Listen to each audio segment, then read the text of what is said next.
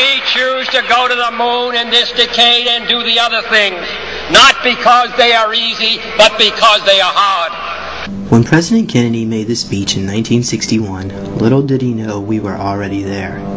At that time, there was already a lunar base on the moon, consisting of a joint alien, American, and Soviet Union base of 36,000 people, all of which were Aryan by birth. This massive facility located under the Jules Verne crater was operated by a group within the NSA known as Blue Moon. Then on May 22, 1962, a secret space probe landed on Mars which confirmed life could be supported. Soon after, a colony of over 500,000 occupants was constructed below the Martian surface. But how this all began takes us back to 1917 when members of the German Thule secret society channeled messages from extraterrestrials in the Aldebaran system. They received instructions on how to build a device which would harness the power of the Vril, or the Black Sun. These secret teachings spawned the Black Sun Secret Society, the Vril Secret Society, the SS, and ultimately the Third Reich. These occultists understood how to harness the energy of the Black Sun. According to Sumerian occultism, the sun illuminates the exterior, but the Black Sun is an invisible beam of light which illuminates the soul of man, which is the divine light. They all understood the coming of the golden age of humanity was at hand, and the changeover from the age of Pisces to the age of Aquarius. When Adolf Hitler learned of these secret teachings, he realized the world would have to change to make way for the new age. His version of a Third Reich drawed on leaders from these secret societies with their emblem being the Black Sun. Together these occultists became obsessed with building a prototype flying saucer powered by the energy of the Black Sun. By the end of the Second World War, Germany was in possession of a secret weapon which resembled a UFO. Known as the Vril and Hanabu 2, these crafts could travel at Mach 12. When rumors of these technologies began leaking out of Germany, the Allied forces became worried.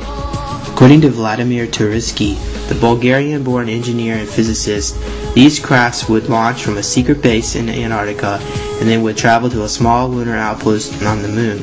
But even more incredible, he revealed that the Nazis landed on Mars in mid-January 1946 after 8 months of a heavy flight with a basically volunteer suicide crew of Germans and Japanese and a giant 230-foot diameter dreadnought, again running on free energy, basically the Hans Kohler converters of gravity energy into the electromagnetic energy of the flight.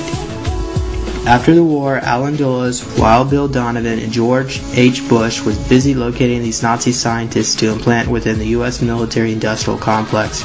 This was known as Project Paperclip in Odessa. Once firmly implanted, they continued their secret experiments under the watchful eye of the American military. In 1947, with the crash at Roswell, New Mexico, President Truman created a secret study group to investigate the alien presence. This eventually became known as Majority 12, not Majestic 12 as the Hope documents analyzed by Stanton Friedman suggest. In 1954, President Dwight Eisenhower consulted with his friend Nelson Rockefeller about how to deal with the alien issue. Rockefeller suggested he set up a think tank to investigate the issue.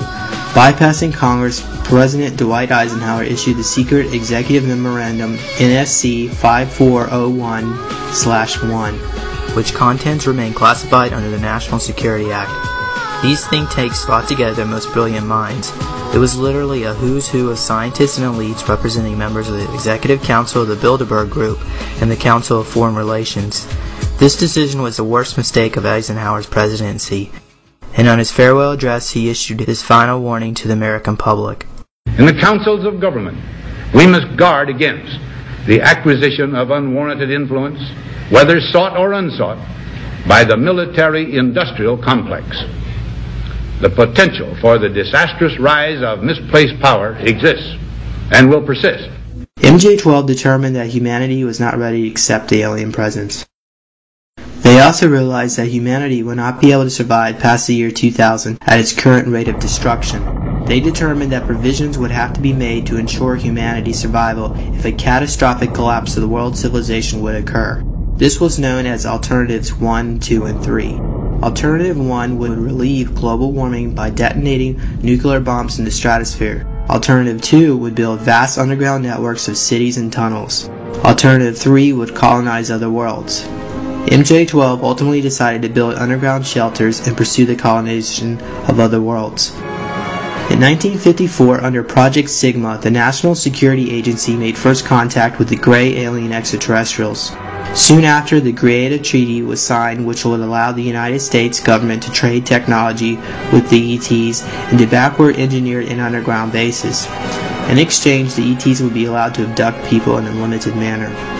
MJ-12 knew funding of such a large and expensive facilities would require enormous funding. To prevent any congressional oversight, MJ-12 determined a secret source of funding would be required. At first, money was channeled from the national budget. When this wasn't sufficient enough funding, MJ-12 recruited the young George H. Bush from Zapata Oil Company to smuggle in cocaine and heroin for the CIA. Today, the CIA brings in over $2.5 trillion annually for the black budget. In 1963, when Kennedy first learned of the alien president's drug trafficking problem, he gave an ultimatum to MJ-12. If they did not cease and tell the American public the truth, heads would soon roll. Kennedy planned to inform the American people within the following year and ordered them to implement his decision by then. Because Kennedy was not a member of CFR, nor did he have knowledge of alternatives 1, 2, or 3, his decision struck fear in those in charge.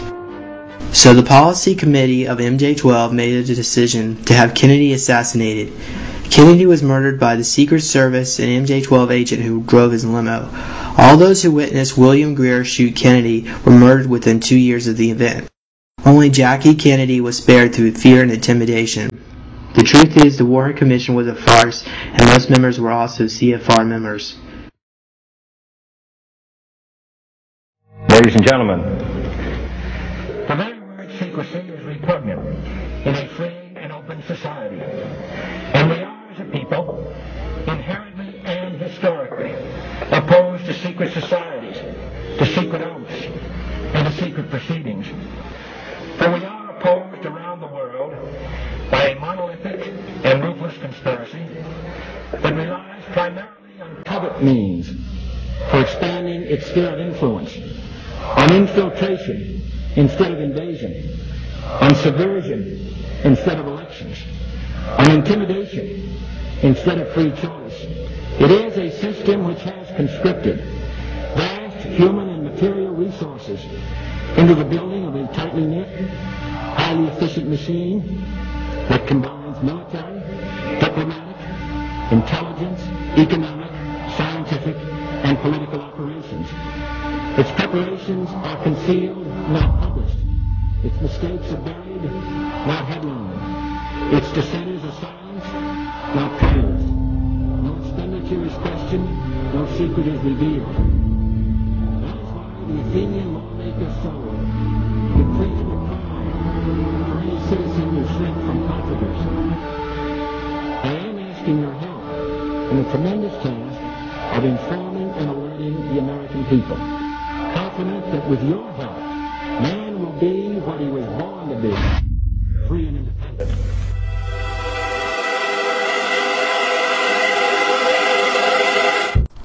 Since that time, MJ-12 and the secret government have become increasingly more and more powerful. America was given a space program, but NASA was for public relations only. The real space program was still being operated covertly by the military. Then in 1972, the secret space program was reorganized under the CIA and is known as CSS, or the U.S. Central Security Service. They now operate the facilities of Area 51, S4, Area 52, Pine Gap, and Area 53 in the Woomera Desert, Australia. Their arsenal of craft included the TR-3B Astra, the TR-3B Chameleon, the Aurora SR-33A, the Lockheed Martin's X-33A, the TAW-50, and Note 128 craft, which means not of this earth, and the newer Northrop quantum teleportation disk. The older crafts could travel in speeds of Mach 50 and above. Using quantum entanglement, the newer quantum teleportation disk is known to teleport instantly anywhere in the world and has cloaking capabilities. These disks are used for covert military abductions and chipping of individuals who know too much. In UFO lore, this is known as a knee lab or military abduction. The good news is, today there is a covert war going on between the CSS crafts and the Russian Federation cosmospheres.